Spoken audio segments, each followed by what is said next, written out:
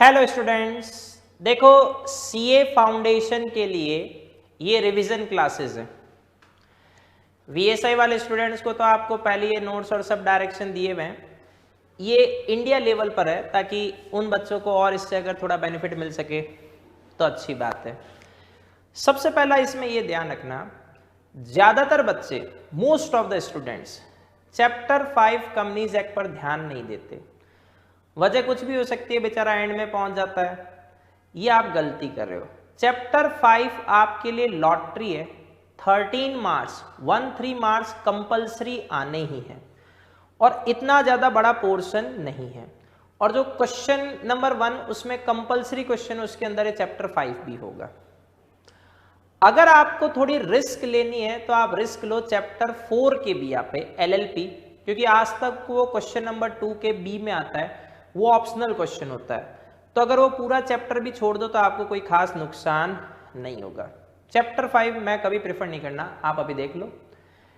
इसमें बस ये ध्यान रखना, मैंने मेन डेटा सारा का सारा आईसीए के अकॉर्डिंग कहते हैं इसमें यूज में ले लिया है। बस मैंने एग्जाम्पल क्वेश्चंस वो हटाए। तो ये रिवीजन क्लास है, तो जो ये सोच रहा है इसी से ही काम हो जाए तो एक अच्छी बात है। बाकी मैं मानता हूं कि पहले आपको थोड़ा डेटा आएगा, तो ये एग्जामिनेशन डे के पर्पज से बनाई गई कहते हैं इसमें क्लासेस है।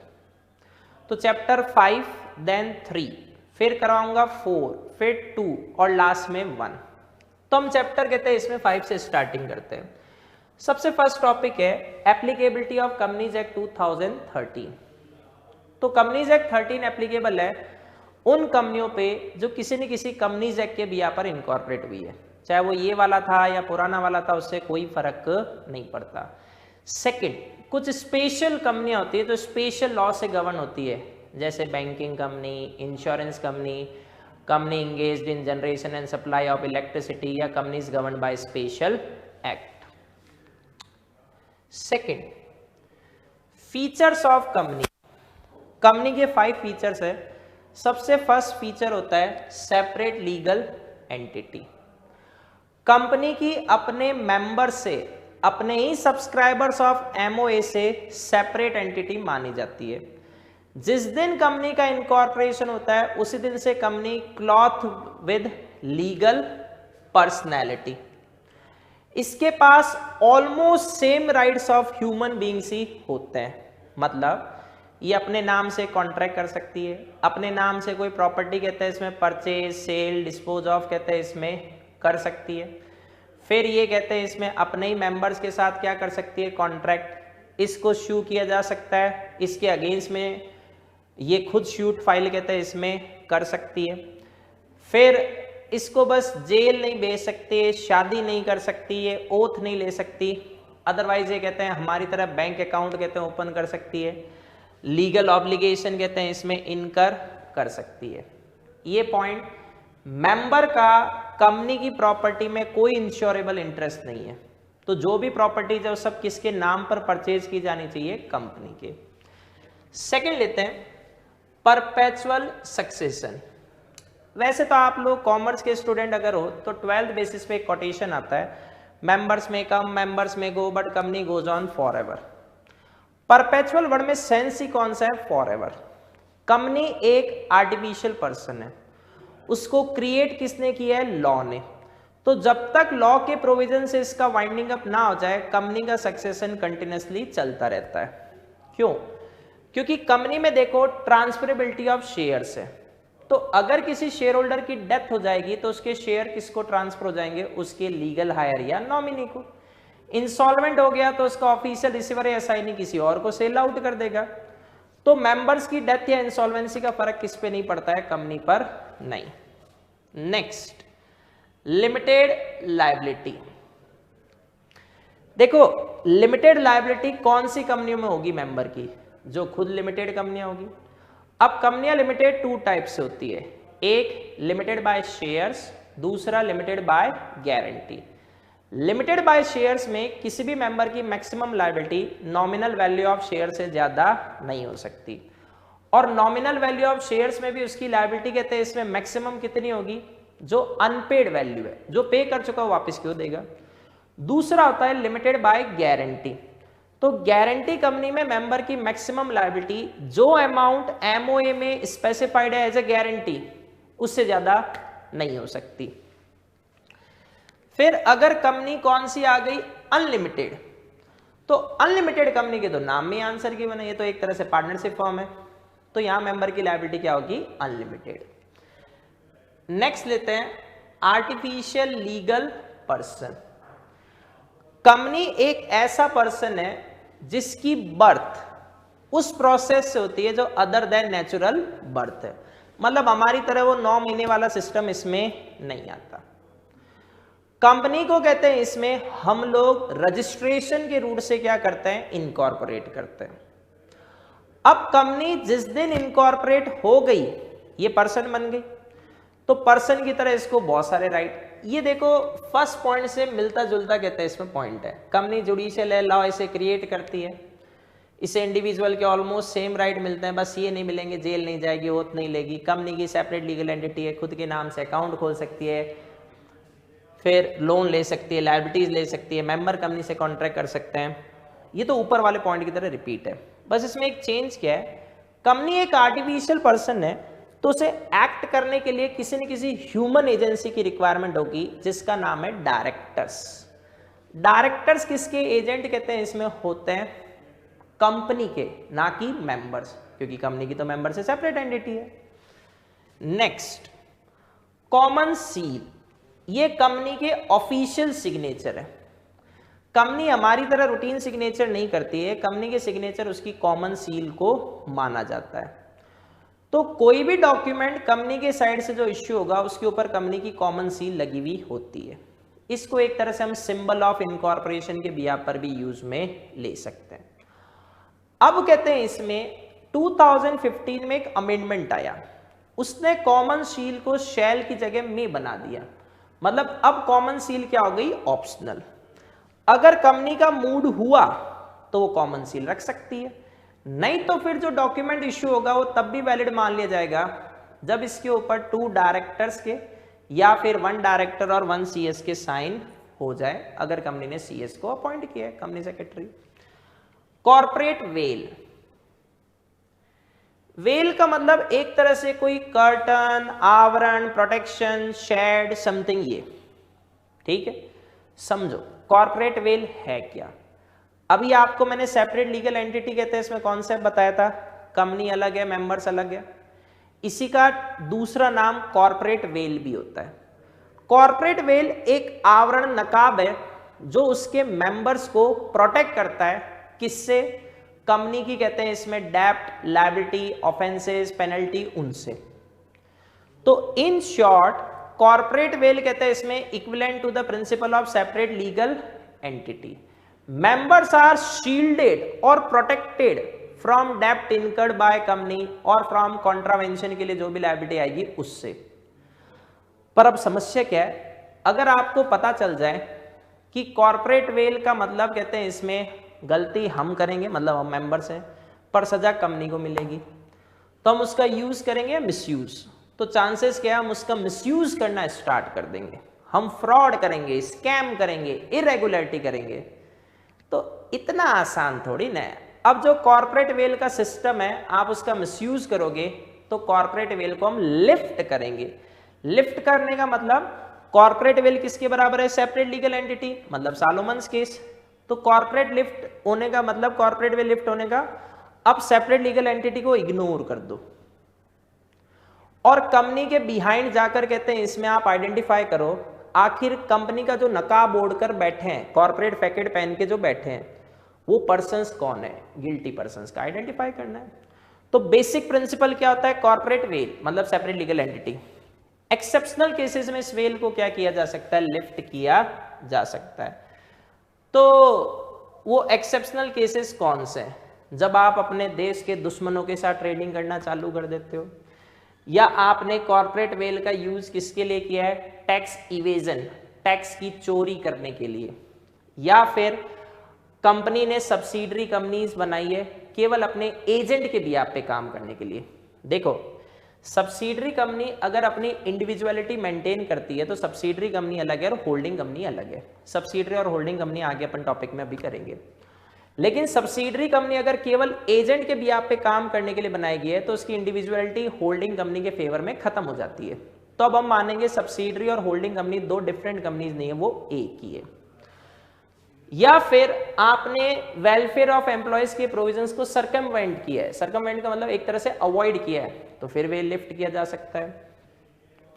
या वेल को इलीगल और इम्प्रॉपर पर्पज के लिए बनाया गया है, क्रेडिटर्स और को बेवकूफ बनाने के लिए, लीगल ऑब्लिगेशन अवॉइड करने के लिए, वो Guilford motor company versus Horne. अगर आपको डिटेल्ड वर्जन में जाना है तो ये क्लास उसके लिए नहीं है, मेन सारे टॉपिक है। अब आप सोचोगे इन सब में केस लॉज है, वो रनिंग क्लास में मैं करवाता भी हूँ VSI में, लेकिन आप कहते हैं इसमें अगर वही डिटेल वर्जन करना है तो फिर रिवीजन क्लास कैसे हुई? तो फिर आप कहते हैं इसमें आप जो भी पैटर्न पढ़ते हो उसको कर लो। ये मेन सारा डेटा है, क्योंकि अगर कल को थ्योरेटिकल क्वेश्चन इस पे है तो सीधा अटेंड हो जाएगा, केस स्टडी भी अटेंड हो जाएगी। बस अगर केस स्टडी पर्टिकुलर उस केस लॉ पे आ रखी है तो फिर आप अपने साइड से उसे क्लियर करो। प्रमोटर, प्रमोटर वर्ड किससे जुड़ा हुआ है? प्रमोशन से। तो जो पर्सन कहते हैं इसमें कंपनी बनाने का आइडिया लाता है, उसे प्रमोट करता है, उसका रजिस्ट्रेशन करवाता है, उसके लिए कैपिटल अरेंज करता है, वो प्रमोटर है। वो तो इन जनरल मीनिंग हुआ। पर जब सेक्शन 2 क्लॉज 69 पे जाते हैं तो promoter means a person named in prospectus as promoter और identified as promoter in annual return under section 92। मतलब जिस बंदे का नाम प्रोस्पेक्टस या एनुअल रिटर्न में आपने एज ए प्रमोटर लिखा है वो प्रमोटर माना जाएगा। या फिर कहते हैं इसमें जो बंदा सेकंड, ये सब वर्ड्स ध्यान रखना किसके भी यहाँ पर चल रहे हैं, और तो अगर इनमें से कोई भी एक कंडीशन कहते हैं इसमें फुलफिल हो गई तो वो पर्सन प्रमोटर हो जाएगा। तो या फिर जो बंदा कंपनी के अफेयर्स पे कंट्रोल रखता है, चाहे वो शेयर होल्डर के नाम पर, चाहे वो डायरेक्टर के नाम पर या अदरवाइज, उससे कोई फर्क नहीं पड़ता, वो भी क्या माना जाएगा? Promoter.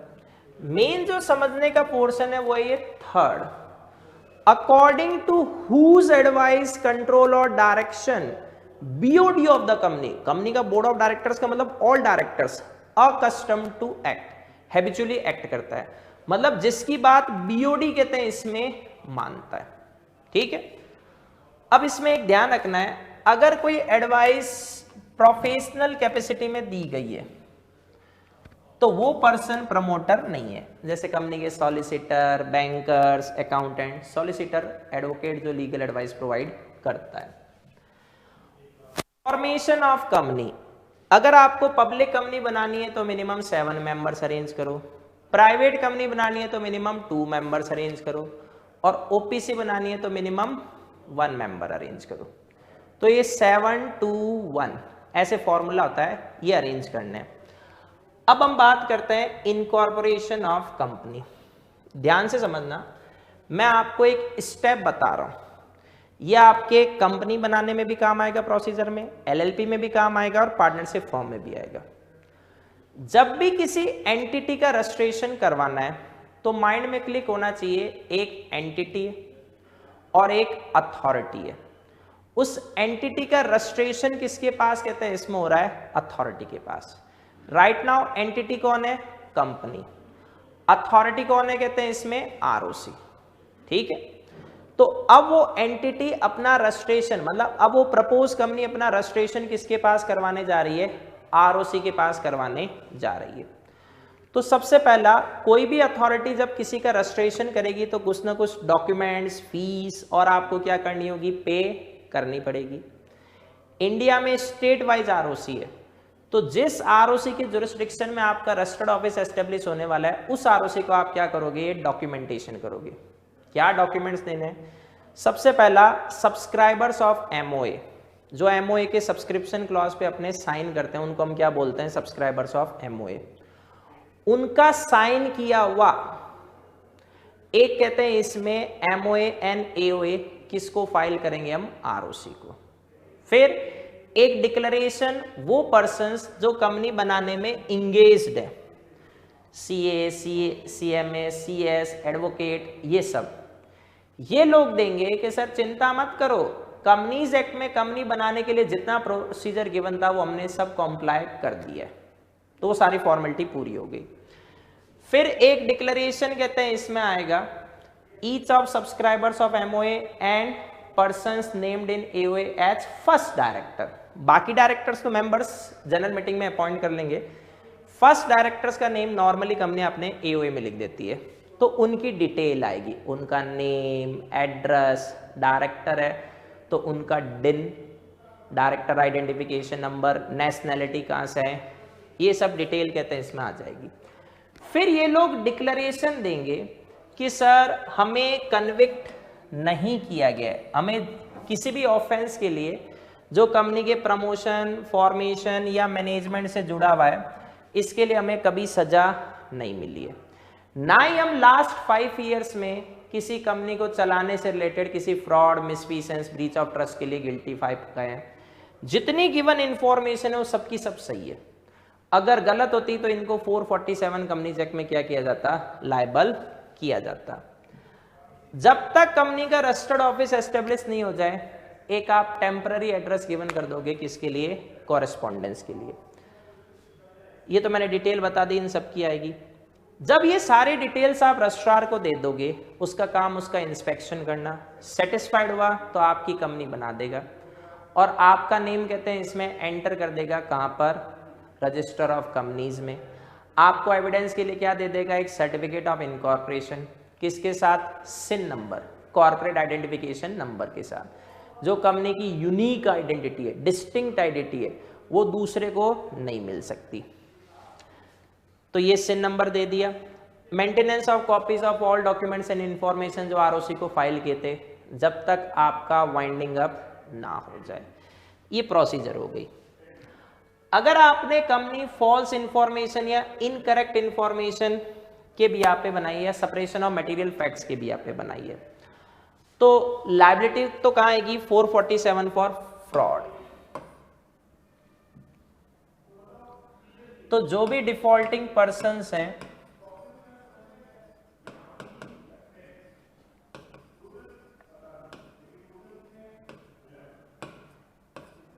Liable under section 447 for fraud, इसमें तो कोई शक ही नहीं है, ठीक है। लेकिन समस्या क्या है, ये जो गलत हो गया है इसको सही भी तो करवाना है, तो इसके लिए हम अप्लाई कहते हैं इसमें किसको करेंगे, ट्रिब्यूनल को। ट्रिब्यूनल एक अथॉरिटी है कंपनीज एक्ट में। ट्रिब्यूनल सबसे पहला क्या करेगी, पार्टीज को सुनेगी, notice and opportunity of being heard देगी। उसके बाद अभी तक कोई ट्रांजैक्शन और बन चुके उसको चेक करेगी। फिर ट्रिब्यूनल क्या ऑर्डर दे सकती है, नंबर 1, जैसे अभी रॉन्ग मैनेजमेंट हो रहा है क्योंकि कंपनी गलत तरीके से बनाई गई है, तो राइट मैनेजमेंट कैसे किया जाए, तो कंपनी का फ्यूचर में मैनेजमेंट कैसे रेगुलेट होगा, एमओए एओए कैसे चेंज होंगे। फिर मेंबर्स की लायबिलिटी को अनलिमिटेड बना दो जिससे जो नुकसान है वो रिकवर हो जाए। अभी कंपनी बनी है पर बिजनेस स्टार्ट नहीं हुआ, तो सीधा आरओसी से कह दो कि कंपनी का नेम रजिस्टर ऑफ कंपनी से रिमूव कर दो। अगर बिजनेस स्टार्ट हो गया तो उसके वाइंडिंग अप का ऑर्डर कहते हैं इसमें गिवन कर दो, अगर फॉल्स इंफॉर्मेशन से बनी।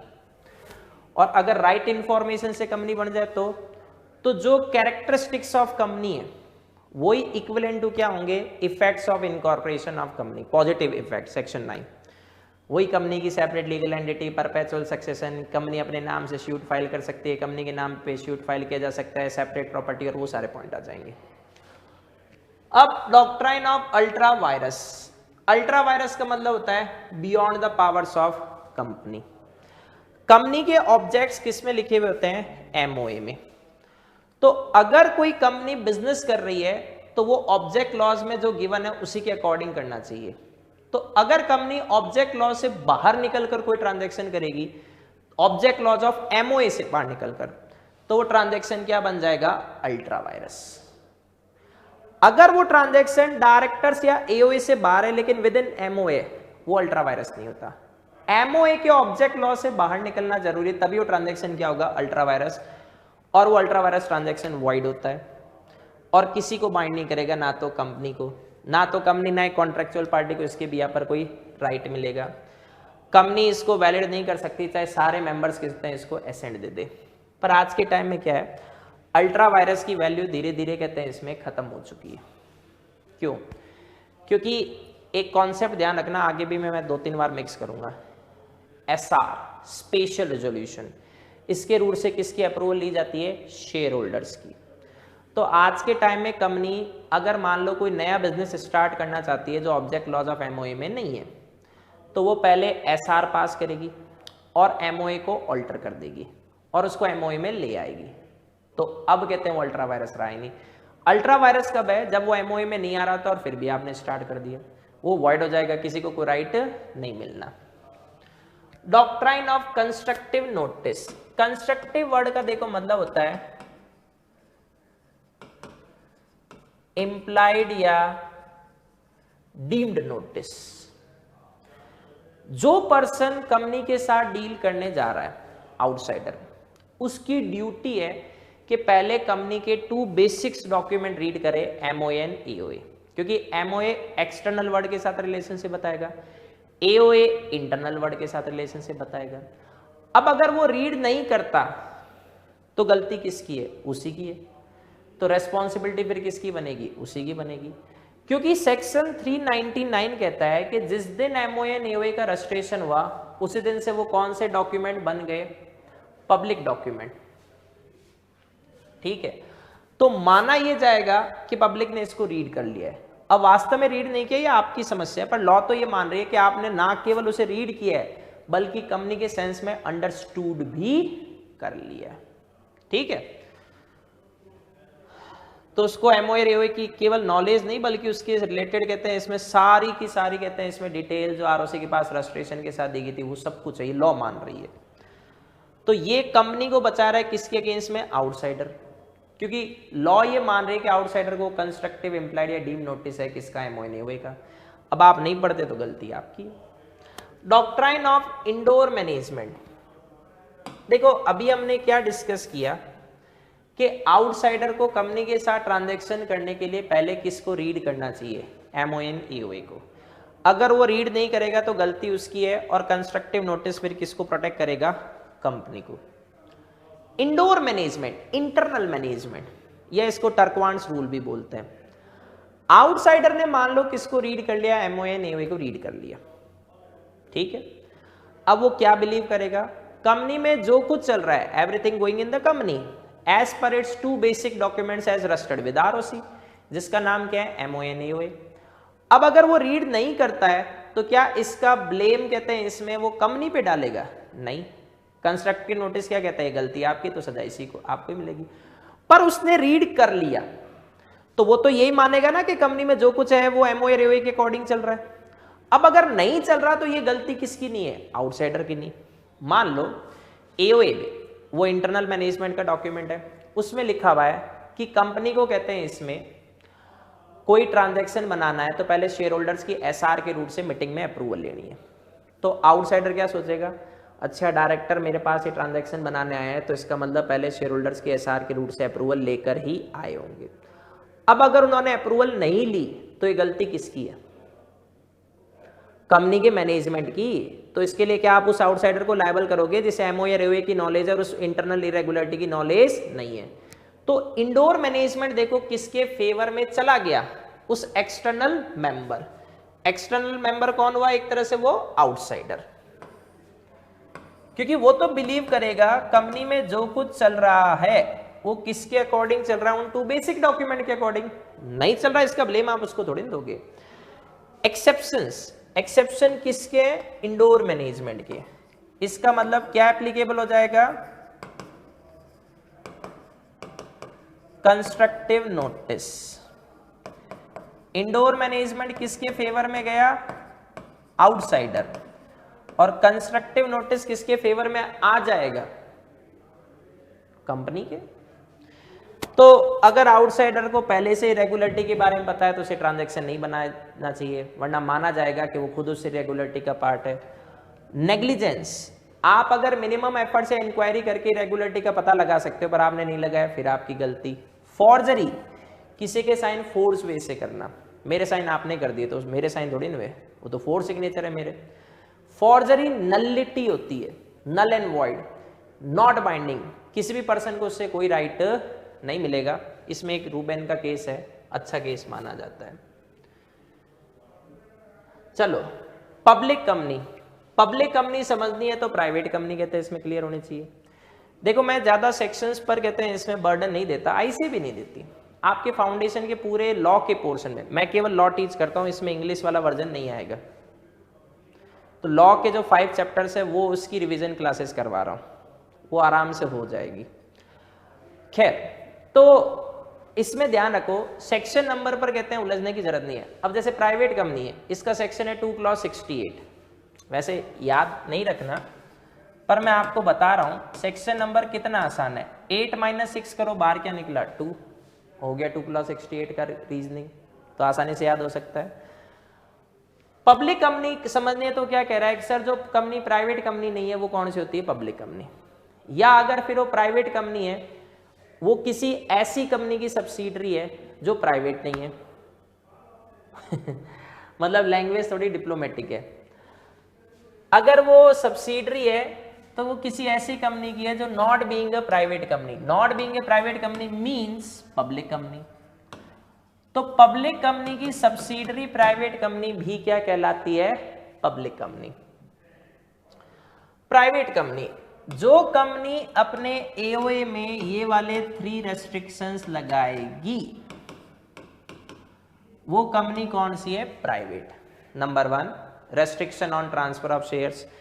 प्राइवेट कंपनी में आप सीधा शेयर्स किसको नहीं दे सकते, आउटसाइडर को नहीं। पहले आप इनसाइडर मेंबर को इनवाइट करो, अगर वो इंटरेस्टेड नहीं है तो आउटसाइडर को दो, क्योंकि वर्ड रेस्ट्रिक्शन है, प्रोहिबिशन नहीं। सेकंड, ओपीसी हुई तो उसमें तो मैक्सिमम 1 मेंबर है, इसको छोड़ दो क्योंकि ओपीसी भी एक तरह की क्या होती है, प्राइवेट कंपनी। इसके नंबर ऑफ मेंबर्स लिमिटेड होता है, मैक्सिमम कितने, 200। अब ये जो 200 वाला कनेक्शन है इसमें ये काउंट नहीं होंगे। कौन, ये तो हो गए एम्प्लॉइज और ये हो गए x employees. Formally in the employment का मतलब एक्स एम्प्लॉइज। अब एक कनेक्शन ध्यान रखना, एक भारी क्वेश्चन है इसे के मॉड्यूल में। एम्प्लॉइज ड्यूरिंग एम्प्लॉयमेंट कितनी बार भी शेयर्स बेचे खरीदे वो उस 200 की लिमिट में हमेशा रिड्यूस होंगे। लेकिन एक्स एम्प्लॉइज जिनका एम्प्लॉयमेंट खत्म हो गया पर उनके पास कंपनी के शेयर्स थे, तो जब तक वो शेयर्स उनके पास है तब तक वो 200 में काउंट नहीं होंगे। लेकिन एक्स एम्प्लॉय होने के बाद जैसे ही आपने उन शेयर्स को सेल आउट किया, चाहे आप वापस परचेज कर लो, अब आप 200 में काउंट होंगे। ये थोड़ा ध्यान रखना। जॉइंट शेयर होल्डर्स जो होते हैं उसको कितना माना जाता है, 1। ये 2 और मोर पर्संस अगर होल्ड जॉइंटली तो उसको काउंट कितना किया जाएगा, सिंगल मेंबर। ये डेटा के भी आप पे क्वेश्चन आ सकता है। Requirement to become member and nominee of OPC. OPC नाम में आंसर गिवन है, 1 पर्सन कंपनी। ओपीसी के एमओए में 2 पर्सन का नाम होता है, एक तो उसके सोल मेंबर का और एक अदर पर्सन का जो सोल मेंबर की डेथ या इनकैपेसिटी टू कॉन्ट्रैक्ट के केस में ओपीसी का मेंबर बन जाएगा। 2 का नाम है। तो जिसका नाम आप नॉमिनी के बिहाफ पे ले रहे हो उसकी कंसेंट लेनी चाहिए, और वो नॉमिनी कहते हैं इसमें उस कंसेंट को क्या कर सकता है, विड्रॉ भी कर सकता है एनी टाइम, फिर नया नॉमिनी आ जाएगा। ठीक है। अब ओपीसी का अगर आपको मेंबर बनना है या नॉमिनी बनना है तो रिक्वायरमेंट दोनों में सेम है। सबसे पहला वो क्या होना चाहिए, नेचुरल पर्सन। सेकेंड थिंग वो क्या होना चाहिए, इंडियन सिटीजन। वेदर और नॉट, देखो इसमें ये वर्ड काट दो क्योंकि नॉट वर्ड से आईसीए ने अभी जब क्वेश्चन दिया था इस जून 22 में तो नॉट से सॉल्व नहीं किया, वो सीधा सॉल्व कर रहे हैं। साथ में क्या हो, resident in India. Third, for a period of at least 120 days during the PFI का मतलब प्रीसीडिंग फाइनेंशियल ईयर, पिछले फाइनेंशियल ईयर में कम से कम 120 डेज इंडिया में स्टे किया हो। ये अमेंडमेंट कब से एप्लीकेबल है 120 वाला, 1/4/2021। इससे पहले अर्लियर 182 डेज होता था।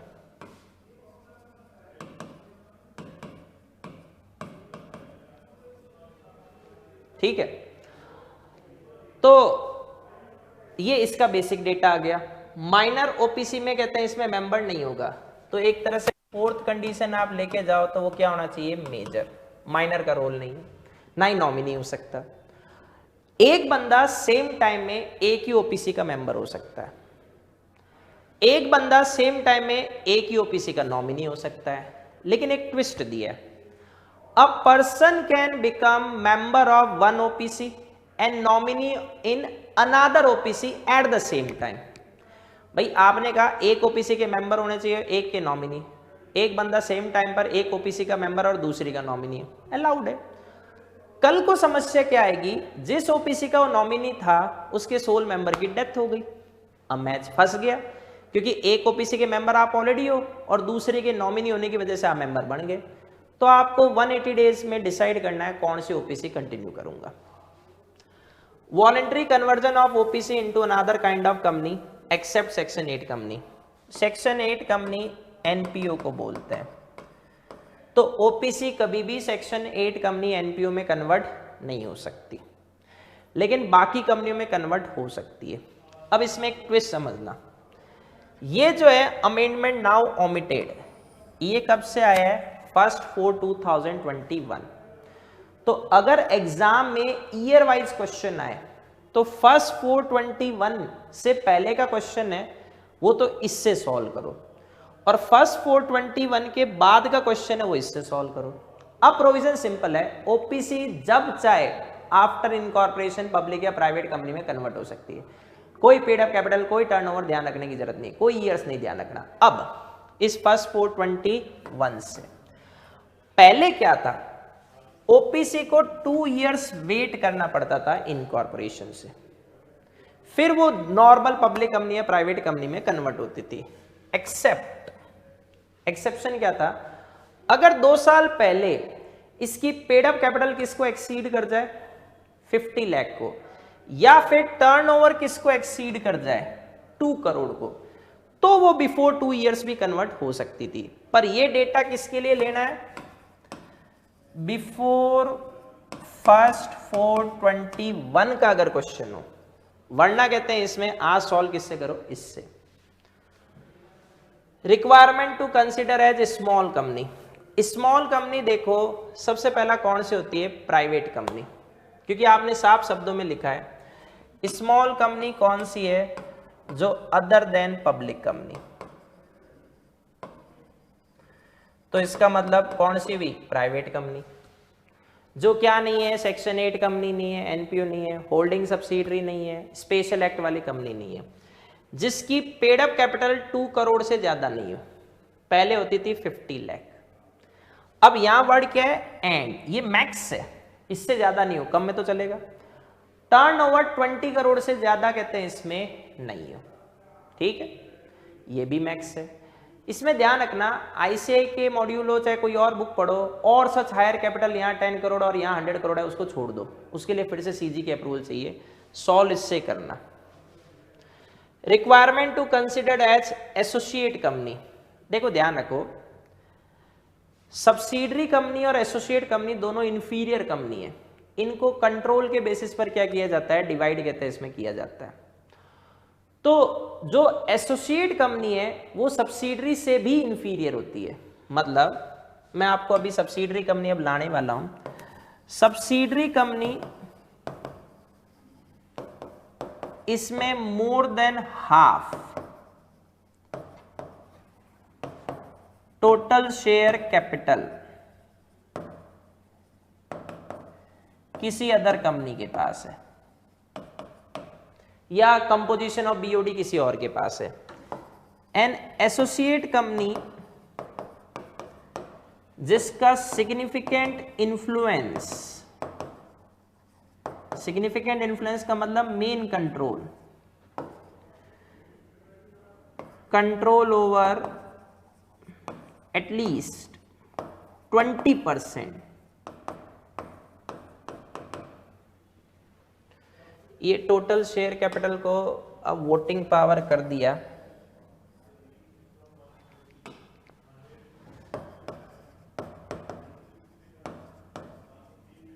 ये किसके पास है, other, control over at least 20% of total voting power, वो किसके पास है, अदर कंपनी के पास। मतलब सब्सिडरी और एसोसिएट कंपनी दोनों इंफीरियर लेवल पर है और इनका कंट्रोल किसी और के पास है, तो on the basis of control आप लेके जाओगे, holding company, subsidiary company, associate company आ जाएगी। तो सब्सिडरी कंपनी की जो रेंज है वो 20% से चालू हुई है, और मोर देन हाफ होते तो आप क्या बन जाते, सब्सिडरी।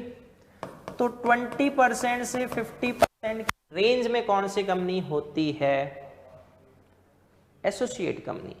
वो सब्सिडरी नहीं होनी चाहिए, और इसमें जॉइंट वेंचर कंपनी काउंट करते हैं।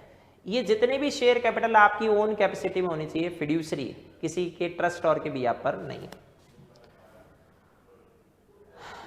Requirement to consider as subsidiary company, subsidiary company भी ध्यान रखनी है इंफीरियर कंपनी है। पहले अगर इंफीरियर और सुपीरियर वाला लॉजिक क्लियर हो जाएगा ना, तो आपकी मोर देन हाफ काम तो वैसे ही हो जाएगा। ये सुपीरियर, तो जिस कंपनी का या तो कंपोजिशन ऑफ बीओडीज होल्डिंग के पास है, या फिर control more than half of total voting power, ध्यान रखना टोटल वोटिंग पावर में केवल इक्विटी शेयर कैपिटल लानी है, प्रेफरेंस तब तक नहीं जब तक इनके पास जनरल मीटिंग में वोटिंग राइट्स ना हो। क्योंकि आप इंटर में पहुंचोगे तो एक सेक्शन 47 है टोटल वोटिंग पावर करके, वो इससे जुड़ा हुआ है।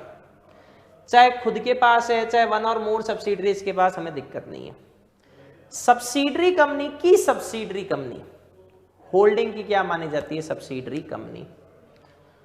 Requirement to considered as government company, government company तो खैर आपने सुना होगा, जिस कंपनी की 51% और more paid up capital CG central government, SG state government, या सीजी प्लस एसजी या एसजी प्लस एसजी के पास हो। पर इसमें एक और डेटा है जो बहुत कम बच्चे ध्यान रखते हैं, गवर्नमेंट कंपनी की सब्सिडरी कंपनी भी क्या कहलाती है, गवर्नमेंट कंपनी। अब नेक्स्ट आते हैं सेक्शन 8 कंपनी एनपीओ के ऊपर।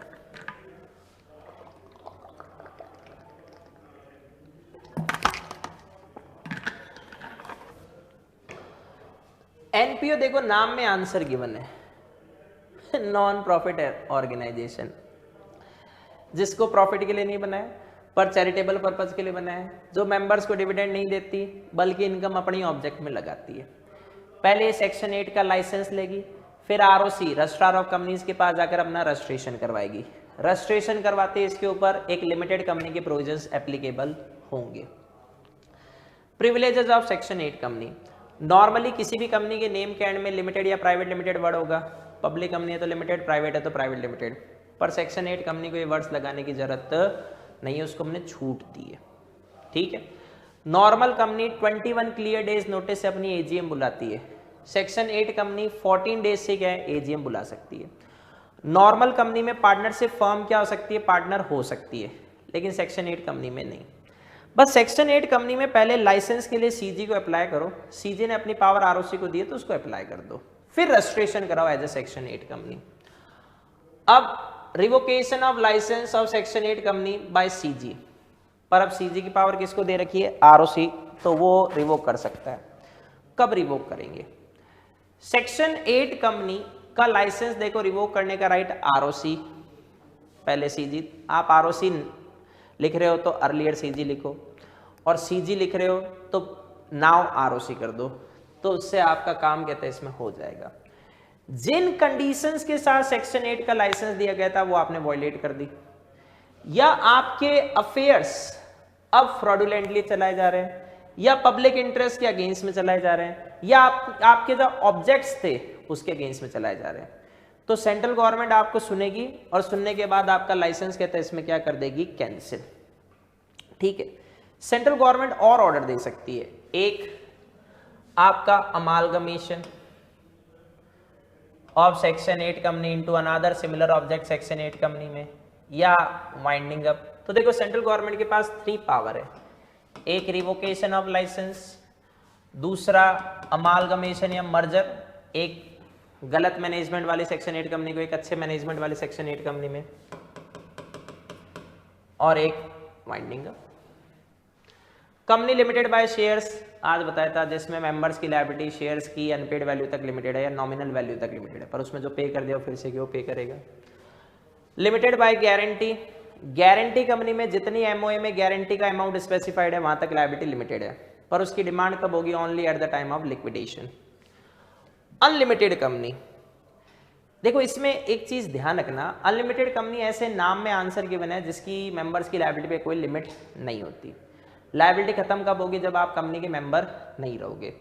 लेकिन ये लायबिलिटी की डिमांड कहते हैं इसमें कब की जाएगी? मतलब जब तक आपसे डिमांड नहीं की जाए तब तक आपकी लायबिलिटी अनलिमिटेड है ही नहीं। और डिमांड कब कहते हैं इसमें होगी? पता चला वाइंडिंग अप चालू हो गया, एसेट्स कम पड़ गई, तो अब मेंबर्स पर्सनली क्या हो जाएंगे? लायबल हो जाएंगे। फॉरेन कंपनी, फॉरेन कंपनी के नाम में आंसर गिवन है जिसका इनकॉर्पोरेशन कहाँ हुआ है? Outside the India. पर केवल उससे काम नहीं होगा, 3 कंडीशन है। पहला, इनकॉर्पोरेट कहाँ हुई है? Outside the India. दूसरा, प्लेस ऑफ बिजनेस कहाँ पर है? इंडिया में, चाहे फिजिकली है, चाहे कहते हैं इलेक्ट्रॉनिकली है, चाहे इटसेल्फ का है, चाहे एजेंट का रूट से, हमें दिक्कत नहीं, ये एंड के सेंस में। थर्ड, जो इंडिया में कोई ना कोई बिजनेस एक्टिविटी करती है। फिर डोरमेंट कंपनी, नाम में आंसर देखो गिवन है। डोरमेंट कंपनी वो कंपनी जिसका राइट नाउ कोई बिजनेस नहीं है, मतलब जिस कंपनी को आपने फ्यूचर पर्पज के लिए बनाया है, जिससे वो किसी इंटेलेक्चुअल प्रॉपर्टी को होल्ड कर सके, एसेट्स को होल्ड कर सके, जैसे पेटेंट, और जिसका बिजनेस ही नहीं चल रहा, कोई गुड्स नहीं बेच रही, कोई सर्विसेज रेंडर नहीं कर रही, तो मतलब बिजनेस वाले अकाउंटिंग ट्रांजैक्शन नहीं है। No significant accounting transaction. यहां आपको फिल्टर करना पड़ेगा, सिग्निफिकेंट अकाउंटिंग ट्रांजैक्शन जो बिजनेस से बने, गुड सेल करना, सर्विसेज रेंडर करना। और यहां आपके अकाउंटिंग ट्रांजैक्शन है, जैसे आरओसी को इनकॉर्पोरेशन के टाइम पर फीस दी, एक्ट के बिया पर कोई और fees the, subscribers of MOA को कॉम्प्लायंस के बिया पे शेयर्स दे दिए, बिजनेस नहीं था पर एक ऑफिस मेंटेन कर रहे हो, मिनिमम डायरेक्टर्स मेंटेन करने होते हैं, ऑडिट करानी होती है, वो फीस दी ऑफिस मेंटेन करने के लिए। ये सिग्निफिकेंट अकाउंटिंग ट्रांजैक्शन नहीं है। तो अगर ये वाले ट्रांजैक्शन हुए जो सिग्निफिकेंट से डिफरेंट है, हमें उसमें कोई दिक्कत नहीं है। तो ये डोरमेंट कंपनी या इनएक्टिव कंपनी, देखो dormant company from the beginning है, इनएक्टिव कंपनी जिसका लास्ट 2 ईयर से कोई बिजनेस नहीं चलाया जा रहा, आपने आरओसी को अपने फाइनेंशियल स्टेटमेंट या एनुअल रिटर्न फाइल करने में डिफॉल्ट किए, वो कंपनियां जाकर आरओसी से कहती है सर हमें अभी डोरमेंट कंपनी का स्टेटस दे दो या इनएक्टिव कंपनी का स्टेटस दे दो, तो आरओसी दे देगा। बाकी इसका पोर्शन आप सीए फाइनल में पढ़ोगे। ये जो टैग होता है ये 5 ईयर्स के लिए क्या माना जाता है? वैलिड माना जाता है। ये सारा मैं बता चुका हूं। निधि कंपनी, निधि वर्ड ट्रस्ट या फंड के सेंस में यूज में आता है। तो ये एक ऐसी कंपनी है जिसको बनाया किसके लिए गया है? फ्यूचर पर, जिसको सेटअप किसके नाम पर किया गया है? निधि के नाम पर या म्यूचुअल बेनिफिट सोसाइटी के नाम पर। अब इसमें खतरनाक लाइन है, cultivating the habit of thrifts, cost cutting. कैसे होगी? ये अपने मेंबर से डिपॉजिट लेती है और मेंबर्स को लोन देती है, तो इसे कोई न्यूज़पेपर एडवर्टीजमेंट नहीं देना, किसी ब्रोकर को हायर नहीं करना। अगर न्यूज़पेपर एडवर्टीजमेंट या ब्रोकर को हायर करती तो इसकी कॉस्ट इंक्रीज होती, पर इसे ऐसा करना ही नहीं। तो अपने मेंबर्स में गेम खेलती है, तो जो मेंबर डिपॉजिट दे रहा है उसका पैसा सेव हो जाता है। पीएफआई, पब्लिक फाइनेंशियल इंस्टीट्यूशन, देखो ऑलरेडी नोटिफाइड पीएफआई कौन कौन से हैं? LIC, life insurance corporation of India, IDFC, infrastructure development financial corporation, UTI act में नोटिफाइड कंपनीज। आज हम पीएफआई का सेक्शन 2 क्लॉज 72 ले रहे हैं। पहले कंपनीज एक्ट 1956 में सेक्शन 4A था, तो उसमें जो भी नोटिफाइड है। और भी कोई कहते हैं इसमें इंस्टीट्यूशन जिसको सीजी आरबीआई से कंसल्ट करके पीएफआई का स्टेटस दे। सीजी आरबीआई से कंसल्ट करके पीएफआई का स्टेटस उसी को देगी जिसका इनकॉर्पोरेशन किसी न किसी सेंट्रल एक्ट में हुआ, पर वो सेंट्रल एक्ट कंपनीज एक्ट नहीं होना चाहिए। मतलब उसके लिए अलग से आपने एक सेंट्रल एक्ट पास किया है जो कंपनीज एक्ट नहीं है, या फिर आपकी 51% और मोर कैपिटल वो गवर्नमेंट कंपनी वाला कनेक्शन है, सीजी एससी और के पास है, तो मतलब कुल मिला के गवर्नमेंट का कंट्रोल होता है। Object of registering MOA, memorandum of association, क्यों रजिस्टर्ड करते हैं? देखो एओए कंपनी के इंटरनल रूल्स एंड रेगुलेशंस बताता है, और एमओए कहते हैं इसमें क्या करता है? कंपनी का आउटसाइड द वर्ल्ड के साथ कनेक्शन बताता है। इसको चार्टर ऑफ कंपनी कहते हैं, मतलब डॉक्यूमेंट ऑफ राइट्स। तो कंपनी के मेन राइट्स एमओए के भी पर ही गवर्न होते हैं। अब एमओए क्यों रजिस्टर कहते हैं इसमें करवाते हैं, उसके पीछे ऑब्जेक्ट क्या है? देखो सिंपल सा लॉजिक है, कोई भी कंपनी क्या बिजनेस करने के लिए फॉर्म्ड की गई है, कौन सी एक्टिविटीज है जिससे बाहर नहीं निकल सकती और निकलेगी तो ट्रांजैक्शन अल्ट्रा वायरस हो जाएंगे, वो एमओए में गिवन है। फिर second, share holders, creditors and those who deal with the company. Those who deal with the company one word में कौन हुआ? आउटसाइडर। उसको पता तो चलना चाहिए कि आखिर कंपनी कौन कौन सी एक्टिविटीज में इंगेज हो सकती है। आउटसाइडर को पता चलना चाहिए कि कहीं वो ट्रांजैक्शन अल्ट्रा वायरस तो नहीं है। फिर जो शेयर होल्डर्स और कहते हैं इसमें क्रेडिटर्स है, उनको पता होना चाहिए कि उनका जो कैपिटल या अमाउंट इन्वॉल्व है कंपनी में, उसमें रिस्क क्या इन्वॉल्व है। ये ऑब्जेक्ट्स हो गए। अब कंटेंट्स ऑफ एमओए। एमओए के देखो 6 क्लॉजेज होते हैं। नेम क्लॉज, इसमें कंपनी का नेम गिवन होगा। पब्लिक कंपनी है तो लिमिटेड वर्ड के साथ एंड होगा। प्राइवेट कंपनी है तो प्राइवेट लिमिटेड आ जाएगा। स्टेट रजिस्टर्ड ऑफिस क्लॉज, जहां पर कहते हैं कंपनी का रजिस्टर्ड ऑफिस सिचुएटेड होगा फ्यूचर में, उसकी डिटेल। ऑब्जेक्ट्स, जिसके लिए कंपनी को बनाया गया है तो ये ऑब्जेक्ट क्लॉज हो गया। लायबिलिटी, अगर मेंबर्स की लायबिलिटी लिमिटेड है तो ये लायबिलिटी क्लॉज आ जाएगा। मतलब लिमिटेड है या अनलिमिटेड है वो डिटेल किस में बताओगे? लायबिलिटी क्लॉज में। अमाउंट ऑफ ऑथोराइज कैपिटल, मतलब कंपनी की कहते हैं इसमें कितनी ऑथोराइज कैपिटल है, वो कितने अमाउंट के कितने शेयर्स में डिवाइडेड है, तो नंबर ऑफ शेयर्स, टोटल कहते हैं इसमें जो नॉमिनल वैल्यू ऑफ शेयर्स है वो सब कुछ इसके अंदर आएगा।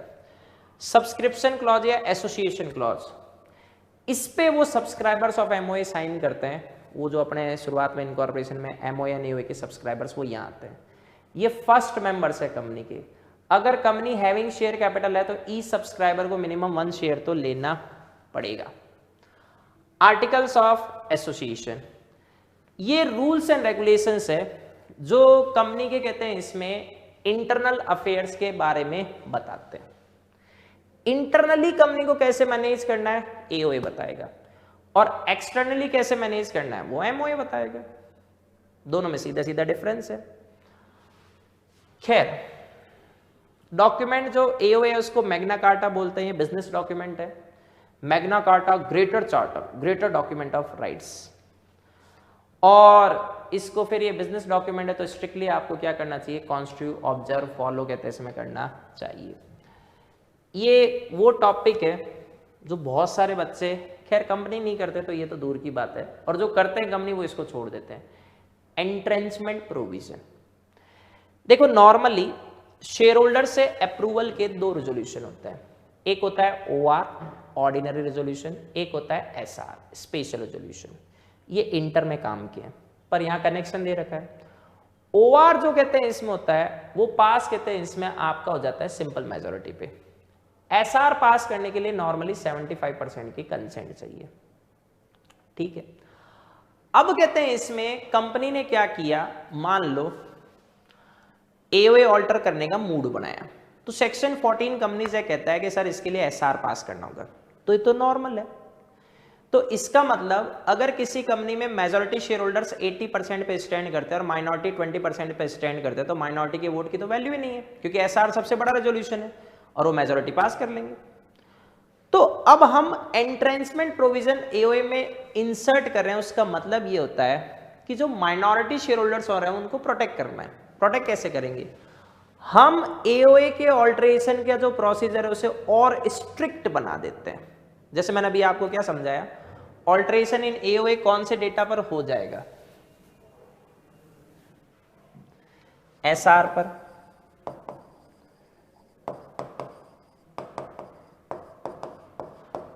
नॉर्मली एसआर, और एसआर का मतलब कितने? 75%। लेकिन अगर आपने ऑल्टरेशन इन एओए को मोर स्ट्रिक्ट और रेस्ट्रिक्टिव बनाया,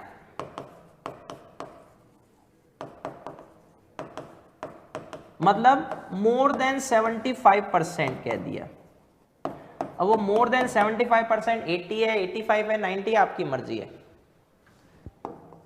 तो उसको हम क्या बोलेंगे? Entrenchment provision. तो एओए जिस परसेंटेज पे ऑल्टर हो रहा है उससे ज्यादा परसेंटेज पर ऑल्टर करना, वो सिचुएशन किस में आती है? एंट्रेंचमेंट प्रोविजन में। अब एंट्रेंचमेंट प्रोविजन एओए में आएगा कैसे? बहुत सिंपल, जिस समय कंपनी का फॉर्मेशन होता है उस समय एओए बनता है, उस समय आप किसको लेकर आ जाओ? एंट्रेंचमेंट प्रोविजन को। प्रॉब्लम सॉल्व हो जाएगी। चलो शुरुआत में आप कहते हैं एंट्रेंचमेंट प्रोविजन को एओए में लाना भूल गए, कोई बात नहीं, कंपनी बन गई, अब आप एओए ऑल्टर कर लो। एओए ऑल्टर कैसे करेंगे? अगर आप पब्लिक कंपनी हो तो आप एसआर पास करके कर लो, और अगर आप प्राइवेट कंपनी हो तो सबकी कंसेंट ऑफ ऑल मेंबर्स लेनी पड़ेगी। किसके लिए? एंट्रेंसमेंट प्रोविजन को एओए में फर्स्ट टाइम इंसर्ट करने के लिए। एक बार एंट्रेंसमेंट प्रोविजन इंसर्ट हो गया, ठीक है, चाहे वो फॉर्मेशन के टाइम हो चाहे सब्सिक्वेंटली, उसका इंफॉर्मेशन आपको आरओसी रजिस्ट्रार ऑफ कंपनीज को देना पड़ेगा। Next, distinction between MOA and AOA. MOA क्या करता है? कंपनी के ऑब्जेक्ट्स को बताता है जिसके बाहर कंपनी अपना बिजनेस नहीं कर सकती। एओए कंपनी के इंटरनल रूल्स एंड रेगुलेशंस को बताता है। रिलेशनशिप, एमओए कंपनी का कनेक्शन आउटसाइड द वर्ल्ड के साथ जोड़ रहा है, एओए कंपनी का कनेक्शन उसके मेंबर्स के साथ जोड़ता है। ऑल्ट्रेशन, ये सबसे गलत पॉइंट है। मैं तो देखो सीए के तीनों लेवल पर पढ़ाता हूं, तो मैं इंटर में इसको डिटेल में पढ़ाता हूं। आप यहां आओगे तो आपको पता चल जाएगा। मतलब देखो, कंपनी में 1 आवर में आपके सारे टॉपिक मेन डिस्कस करते हुए खत्म कर रहा हूं, ठीक है। मार्केट में इसको छुड़वा देते हैं। अननेसेसरी टाइमिंग की क्लासेस लेनी है, ये तो मेरी कहते हैं इसमें एक तरह से रिवीजन क्लास टाइप है। रूटीन में तो मैं इससे डिटेल में जाके डेप्थ एग्जांपल ये सब कुछ, और मैं तो लिखवाने के वर्जन पे जाता हूँ। मेरा पैटर्न ही है ये टीचिंग का वीएसआई में। आप में से कोई पढ़ा हुआ कहते हैं इसमें अभी राइट में, तो वो तो वैसे भी जानते हैं। वीएसआई वाले स्टूडेंट को तो मैंने सब कुछ करवा रखा है। पर क्या होता है कि शुरुआत में बच्चे जागृत नहीं होते, बाद में होश आता है जब एग्जाम एकदम सर पर आ जाते हैं। टाइम का देखो, अगर प्रॉपर यूटिलाइजेशन नहीं करोगे तो नुकसान होगा। क्योंकि देखो जैसे ये क्लास है, इसके बाद अगली क्लास कहते हैं मैं चैप्टर 3 के भी यहाँ पे कराऊंगा पार्टनरशिप। जब कंपनी और पार्टनरशिप कहते हैं इसमें हो जाएगी तो मोर देन हाफ एलएलपी तो वैसे ही खत्म हो जाती है, क्योंकि वो दोनों का हाइब्रिड फॉर्म है। फिर मैं एलएलपी कराऊंगा, देन सेल पे आऊँगा, और लास्टली कॉन्ट्रैक्ट थोड़ा बड़ा है तो उसकी ज़्यादा क्लासेज लगेंगी। तो ऐसे करके मेरा टारगेट है लमसम 7 to 8 क्लासेज में मैं पूरी रिविजन पोर्शन खत्म कर दूंगा। ऐसे ही खत्म करने की कोशिश करूंगा। तो ये ऑल्ट्रेशन गलत दे रखा है। एओए का ऑल्ट्रेशन कह दिया केवल एसआर से हो जाएगा।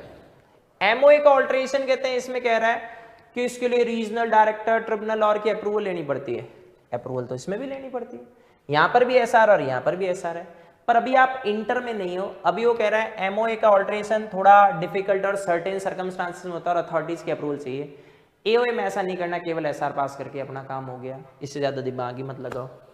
अल्ट्रा वायरस, जो एक्ट एमओए से बाहर गए वो अल्ट्रा वायरस है, लेकिन जो एक्ट एओए से बाहर है वो अल्ट्रा वायरस नहीं होती, क्योंकि एमओए से बाहर वाले एक्ट्स को सारे मेंबर्स मिलकर भी क्या नहीं कर सकते, रेटिफाई नहीं कर सकते। लेकिन एओए से बाहर वाले एक्ट्स को कहते हैं इसमें जो मेंबर्स हैं वो एसआर पास करके एओए चेंज करेंगे और उसको रेटिफाई किया जा सकता है। क्लासिफिकेशन ऑफ कैपिटल, देखो कंपनी की कैपिटल अलग अलग पार्ट में क्या होती है, डिवाइड होती है। तो जैसे नॉमिनल या ऑथराइज या रजिस्टर्ड कैपिटल, ये भी एक बार 6 मार्च का दिसंबर 21 में क्वेश्चन आ गया। ये वो मैक्सिमम अमाउंट है जो कंपनी इश्यू कर सकती है। इश्यूड कैपिटल, इसका जो पार्ट आपने टाइम टू टाइम इश्यू किया। सब्सक्राइब, इसमें से जो सब्सक्राइब हो गया। कॉल्ड अप, जिसकी आपने डिमांड कर ली। पेड अप, जो पे कर दिया गया। इक्विटी शेयर कैपिटल, जो प्रेफरेंस शेयर कैपिटल नहीं है वो कौन सी है, इक्विटी है, ठीक है। तो अब प्रेफरेंस शेयर कैपिटल कौन सी है,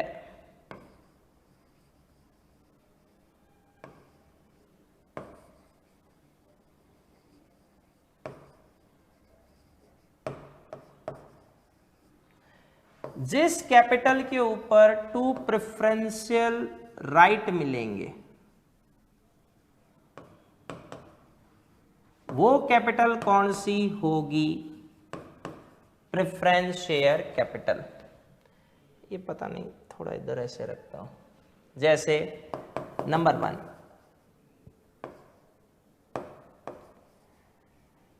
right to receive dividend,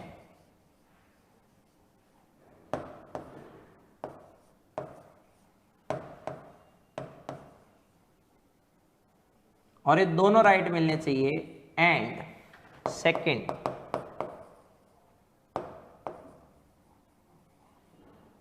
right to repayment of capital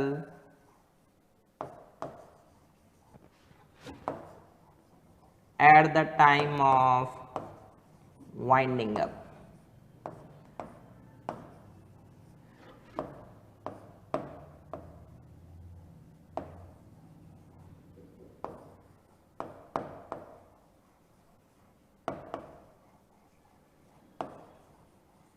और ये जो दोनों राइट होते हैं ये over the equity share holders, मतलब जिन शेयर्स पे ये 2 प्रेफरेंशियल राइट्स मिलते हैं वो शेयर्स कौन से होते हैं? Equity shares, sorry preference shares. और जो प्रेफरेंस नहीं है वो कौन सा हो गया? इक्विटी। तो इक्विटी जिसपे या तो कोई प्रेफरेंशियल राइट ही नहीं है या इन दोनों में से कोई एक मिला तो वो कौन सा नहीं हुआ? प्रेफरेंस तो नहीं हुआ। और जो प्रेफरेंस नहीं है फिर वो क्या हो गया? इक्विटी। ऐसे दोनों जुड़े हुए हैं सेक्शन 43 और सेक्शन 43 एप्लीकेबल होता है कंपनी लिमिटेड बाय शेयर्स। तो company limited by shares wants to issue preference shares then it shall be liable to give 2 preferential rights to preference share holders. पर 43 company limited by guarantee having share capital पे applicable नहीं है, तो वो 2 की जगह 1 preferential right they तो भी कोई दिक्कत नहीं है। फिर 43 उस प्राइवेट कंपनी के ऊपर एप्लीकेबल नहीं है जो एमओ या एओए में लिख देती है कि सर हमारे ऊपर 43 एप्लीकेबल नहीं है, वहां पर भी 2 की जगह 1 प्रेफरेंशियल राइट दिया तो भी काम हो जाएगा, वो प्रेफरेंस शेयर है। जहां एप्लीकेबल है वहां प्रेफरेंस शेयर का मतलब 2 प्रेफरेंशियल राइट, जहां एप्लीकेबल नहीं है वहां 2 की जगह 1 प्रेफरेंशियल राइट दे दो तब भी कोई दिक्कत नहीं है। तो ये देखो आपका कंपनीज एक्ट का रिवीजन का पोर्शन हो गया। नेक्स्ट टाइम हम पार्टनरशिप करेंगे।